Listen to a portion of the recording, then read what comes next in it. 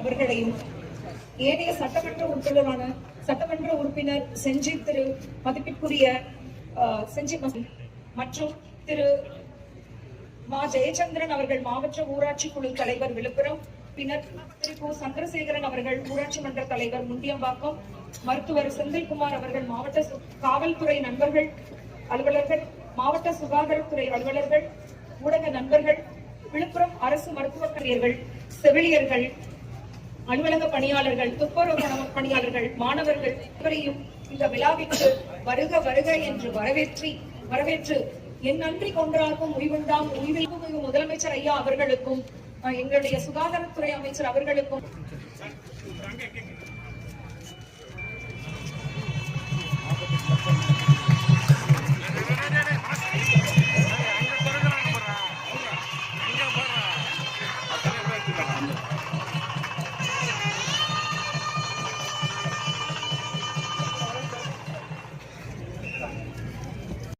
உங்களுடைய இறப்பு சதவீதத்தை குறைக்கணும் அப்படின்ற இதுல அந்த முனைப்புல இன்னைக்கு கடந்த 3 ஆண்டுகளா விழுப்புரத்துல இருக்கிற 3 மருத்துவங்களும் பணியாற்றி இப்போ ஸ்டேட் லெவல்ல 6th பொசிஷனுக்கு விழுப்புரம் மாவட்டம் ரைஸ் ஆயிருக்கு.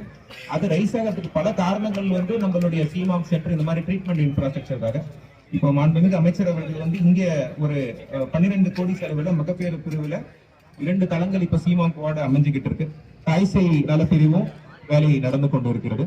வெகு விரைவில் செஞ்சியில இதே மாதிரி ஜிஹெச்ல இருக்கிற எம்சிஹெச் கேரும் நம்மளுடைய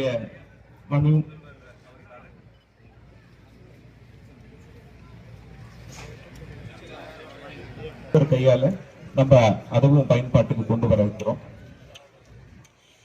ஒரு காலத்துல ஹெல்த் கேர் ஒரு சிங்கிள் பாயிண்டா இருந்தது. இப்போ அது ரொம்பவே வளர்ந்து human geriatric care, palliative care என்ற அடிப்படையில ரொம்ப காம்ப்ரிஹென்சிவான ஒரு கட்டத்தை நோக்கி தமிழ்நாடு பயணிச்சுக்கிட்டு இருக்கு. ஸோ அந்த பயணத்துல இந்த விசிட்ல நம்மளுடைய மக்கள் பயன்பாட்டுக்கு இந்த கட்டிடங்களை கொண்டு வந்ததுக்கும் மேலும் 62 கோடிக்கு இந்த மெடிக்கல் காலேஜில் நடைபெற்ற பணிகளுக்கு அனுமதி தந்தமைக்கும் மேலும் மக்கள்